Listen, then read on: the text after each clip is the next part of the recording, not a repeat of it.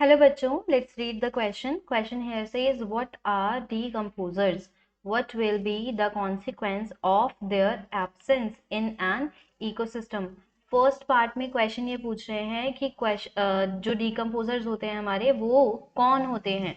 Then second पूछ रहे हैं कि अगर डिकम्पोजर्स नहीं हुए हमारे इकोसिस्टम में तो उस पर क्या इम्पैक्ट पड़ेगा. तो की कॉन्सेप्ट इस क्वेश्चन में जो यूज होगा that is about decomposers. So key concept here we will write.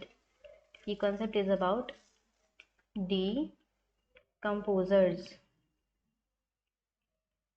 Decomposers होते क्या हैं? ये जनरली ऐसे ऑर्गेनिजम्स होते हैं जो डेड या डिकेड मटेरियल को डिकम्पोज करते हैं. First is breakdown of dead and decade material. First point, ये क्या करते हैं? किन्हीं भी डेड ऑर्गेनिजम्स को ब्रेक डाउन कर देते हैं, चाहे प्लांट हो चाहे एनिमल हो. नेक्स्ट क्या करते हैं? कन्वर्ट करते हैं.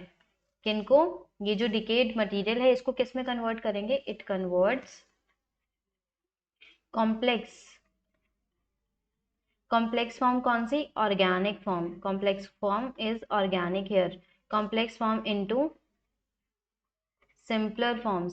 सिंपलर मतलब इनऑर्गेनिक फॉर्म्स. फॉर एग्जाम्पल जो ऑर्गेनिक फॉर्म है वो हमारा आ जाता है कार्बोहाइड्रेट, प्रोटीन्स, फैट्स, ये सब.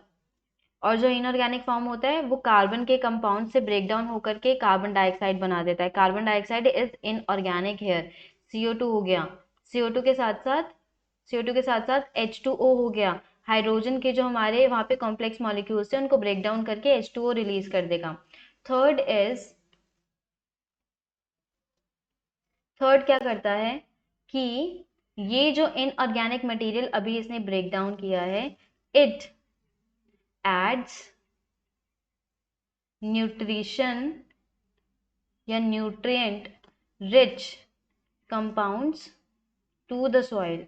ये क्या करेगा? न्यूट्रिएंट रिच कंपाउंड ऐड कर देगा सॉइल में. Nutrient rich compounds to the soil. Soil में ऐड होने से क्या हो जाएगा? सॉइल में फिर जो न्यूट्रिशन है प्लांट के लिए वो बहुत ज़्यादा अमाउंट में अवेलेबल होगा, जिससे फर्दर जो प्लांट की ग्रोथ है उसको काफ़ी अच्छा नरिशमेंट मिल जाएगा. सो नेक्स्ट पॉइंट हम राइट करेंगे यहाँ पे. Next point is about it increases nutrient recycling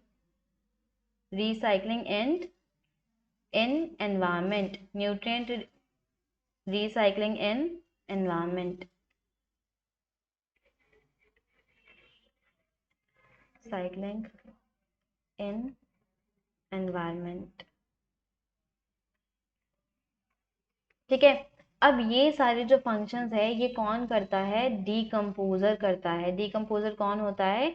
organisms होते हैं जनरली जो नेचर में नेचुरली एग्जिस्ट करते हैं, और इन सब का ये फंक्शन होता है. अगर डिकम्पोजर नहीं हुए किन्हीं भी एनवायरनमेंट में या इकोसिस्टम में तो क्या फर्क पड़ेगा? फर्क ये हो जाएगा इनकी एब्सेंस में कुछ भी ब्रेकडाउन देखने को नहीं मिलेगा. No breakdown of dead material. No breakdown of dead material is seen. Dead material का कोई ब्रेकडाउन देखने को नहीं मिलेगा. Is seen. हेंस गार्बेज और dead material will start accumulating.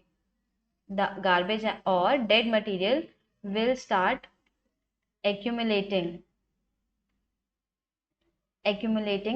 and further आगे क्या करेगा? ये accumulate होने के बाद में pollute करेगा environment को.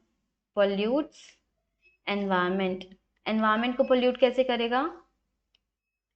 एक फॉल्स स्मेल जनरेट कर देगा जिसकी वजह से अनईजीनेस हो जाएगी पूरे एनवायरनमेंट में. थोड़ा सा ब्रीदिंग के लिए इश्यूज आ सकते हैं अगर ये डेड बॉडीज हमारी जितने भी प्लांट की, एनिमल्स की डिकम्पोज नहीं हुई, डीके नहीं हुई. सो होगा क्या कि कुछ भी ब्रेक डाउन नहीं हो पाएगा. फर्दर प्लांट को जो नरिशमेंट है वो नहीं मिल पाएगा. No nourishment in the form of nutrients in soil, no nourishment in the form of